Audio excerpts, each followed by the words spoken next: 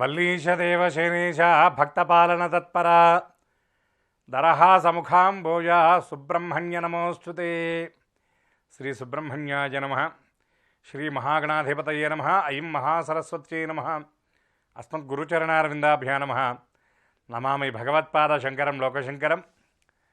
ప్రతినిత్యం ప్రభాత వేళలో జగద్గురువులైనటువంటి శంకర భగవత్పాదుల వారి జీవిత వైభవ విశేషాన్ని, వారు ప్రతిపాదించినటువంటి అద్వైత సిద్ధాంత వైశిష్ట్యాన్ని శంకర విజయం అనేటటువంటి శీర్షికతో మనం ప్రవచించుకుంటూ, దానిలో భాగంగా దాని నేపథ్యంగా చేసుకొని అనేకమైనటువంటి ధార్మిక విషయాలను మనం ప్రవచించుకుంటూ, శంకర భగవత్పాదుల వారి ప్రియ శిష్యులైనటువంటి పద్మపాదాచార్యుల వారి తీర్థయాత్రల అంకాన్ని మనం చెప్పుకుంటూ, అసలు యతీశ్వరులు తీర్థయాత్రలను ఎందుకు చేస్తారు అనేటటువంటి విషయాన్ని మనం లోకడ భాగంలో చెప్పుకున్నాం. వాళ్ళు తరించాలని కానీ, లేకపోతే వాళ్ళకి మోక్షం రావాలనేటటువంటి కామ్యంతో కానీ వాళ్ళు తీర్థయాత్రలు చెయ్యరు అని మనం లోకడ భాగాల్లో చెప్పుకున్నాం.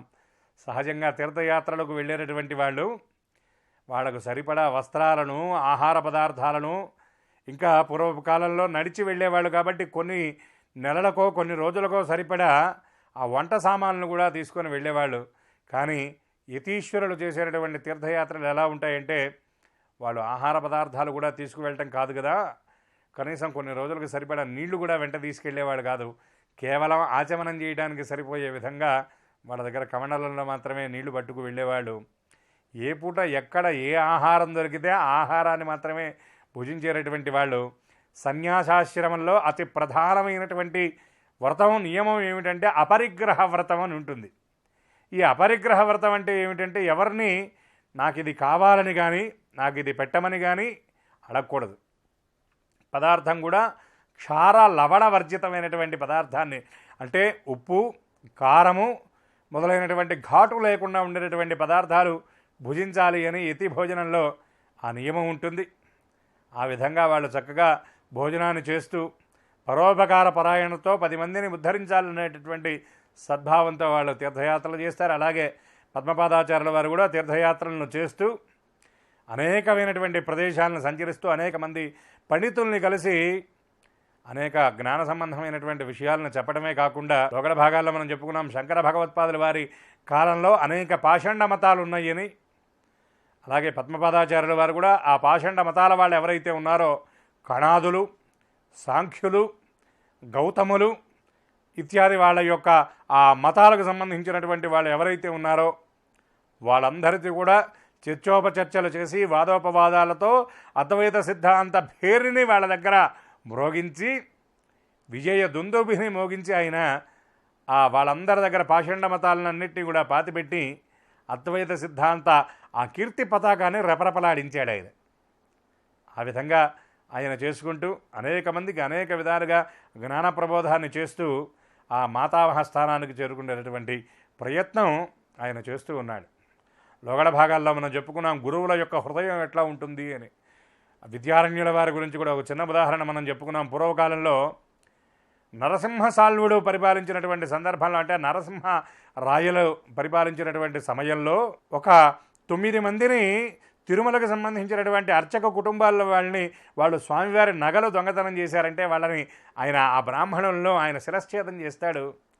చేసినప్పుడు ఆయనకి బ్రహ్మహత్యాపాతకం అంటుకుంది కాబట్టి ఆ బ్రహ్మహత్యాపాతకం పోవడం కోసం ఆయన తరపున గురువుగారు అయినటువంటి వ్యాసరాయల వారు 12 సంవత్సరాల పాటు ఆ 9 మందిని చంపినటువంటి ఆ బ్రహ్మహత్యా దోషం పోవడం కోసం 12 సంవత్సరాల పాటు ఆయన ఆ దేవాలయంలో పూజాధికాలు నిర్వర్తించాడని మనకి చరిత్ర చెప్తుంది. ఇంకొంతమంది ఇంకొన్ని కథలు కూడా ప్రచారంలో ఉన్నాయి. ఆ 9 మందిని తిరుమల దేవాలయంలోనే సంహరించాడని, అందుకని కొన్ని సంవత్సరాల పాటు మనకి తిరుమల ఆలయంలో పూజలు నిషేధించారని, బయట భక్తుల్ని అనుమతించలేదని కూడా కొన్ని కథలు మనకు చెప్తున్నాయి. అయితే వీటికి ప్రమాణం లేదు. ఆ బ్రహ్మహత్యాపాతకం పోగొట్టుకోవడం కోసమే తిరుమల క్షేత్రంలో తిరుమల స్వామివారి గోపురం పైన ఉత్తరం వైపున మనం ఇప్పటికీ దర్శించేటటువంటి ఆ విమాన గోపురం, విమాన వెంకటేశ్వర స్వామిని కూడా వ్యాసరాయల వారే ప్రతిష్ఠ చేశారని కూడా ఒక కథ ప్రచారంలో ఉన్నది. అందుకే ఇప్పటికి కూడా తిరుమల వెళ్ళినటువంటి వాళ్ళు స్వామివారి దర్శనం చేసుకున్న తరువాత తప్పకుండా ఉత్తరం వైపుకు వచ్చి అక్కడ విమాన వెంకటేశ్వర స్వామిని దర్శనం చేస్తాం. అది వ్యాసరాయల వారు ప్రతిష్ఠ చేశారు. ఇప్పుడు నిత్యం జరిగేటటువంటి వేదపారాయణ ఆ విమాన వెంకటేశ్వర స్వామి ముందు వైపే జరుగుతూ ఉంటుంది. మనం దర్శనం చేసుకొని వస్తే అక్కడ వేద పండితులు పారాయణ చేస్తూ ఉంటారు. తప్పకుండా అందరూ కూడా ఆ విమాన వెంకటేశ్వర స్వామిని దర్శించడం కోసం ఆ బంగారు గోపురంలో ప్రత్యేకంగా కనబడాలని వెండి మకర తోరణంతో ఏర్పాటు చేశారు తిరుమల తిరుపతి దేవస్థానం వాళ్ళు. విమాన వెంకటేశ్వర స్వామికి నిత్యం దేవతలు ఆరాధన చేస్తారు అని కూడా ప్రచారంలో ఉన్నది.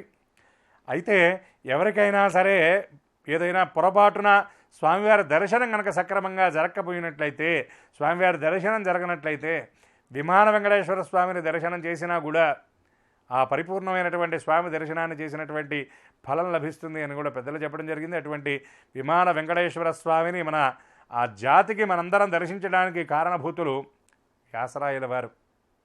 అది గురువుల యొక్క ఔన్నత్యం, గొప్పదనం, వారి యొక్క విశేషం గురించి ఇంకొక మాట చెప్పుకోవాలంటే, రాయలసీమ ప్రాంతంలో మనం పరిశీలించినట్లయితే వ్యాసరాయల వారు తవ్వించినటువంటి చెరువులు ఎన్నున్నాయో లెక్కించలేనటువంటి పరిస్థితి.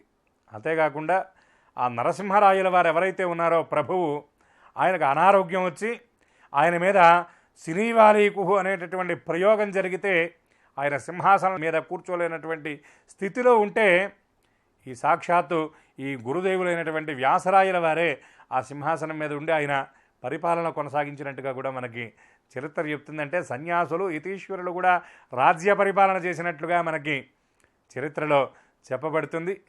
అంటే ఆ తపస్సు చేత ఇంద్రియములు జయించినటువంటి వాడు ఏ కార్యాన్నైనా సరే చేయగలుగుతాడు.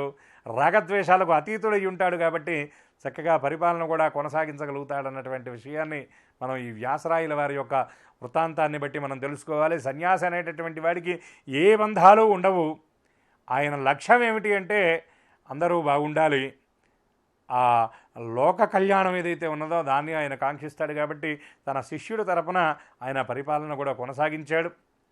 ఆ వ్యాసరాయల వారే మరుజన్మలో మళ్ళీ రాఘవేంద్ర స్వామిగా జన్మించారని చెప్పి మనకి పెద్దలు చెప్పడం జరుగుతుంది, మనకి గ్రంథాల్లో కనబడుతూ ఉంటుంది. ఆ మధ్వ సంప్రదాయానికి ఆచార్యుడైనటువంటి వ్యాసరాయల వారు ప్రతిష్ఠ చేసినటువంటి విమాన వెంకటేశ్వర స్వామి కావటం వల్ల ఇప్పటికి కూడా మధ్వ సంప్రదాయంలో ఉన్నటువంటి వాళ్ళు ఆ తిరుమల క్షేత్రంలో వెంకటేశ్వరుని దర్శనం చేసిన తరువాత ఉత్తరం వైపున కూర్చొని ఆ మధ్వ సంబంధమైనటువంటి ఆ గ్రంథాలు, ఆ స్తోత్రపారాయణలు చేస్తారని కూడా మనకి పెద్దలు చెప్పడం జరిగింది, అనేక గ్రంథాలు ఉండడం జరిగింది. ఇది ఆ సన్యసించినటువంటి గురువుల యొక్క ఆ సహృదయతకు, వాళ్ళ కారుణ్యానికి ఇవి ఉదాహరణలు. మరెన్నో విషయాలను రాబోయేటటువంటి భాగాల్లో విస్తారంగా చెప్పుకునేటటువంటి ప్రయత్నం చేద్దాం.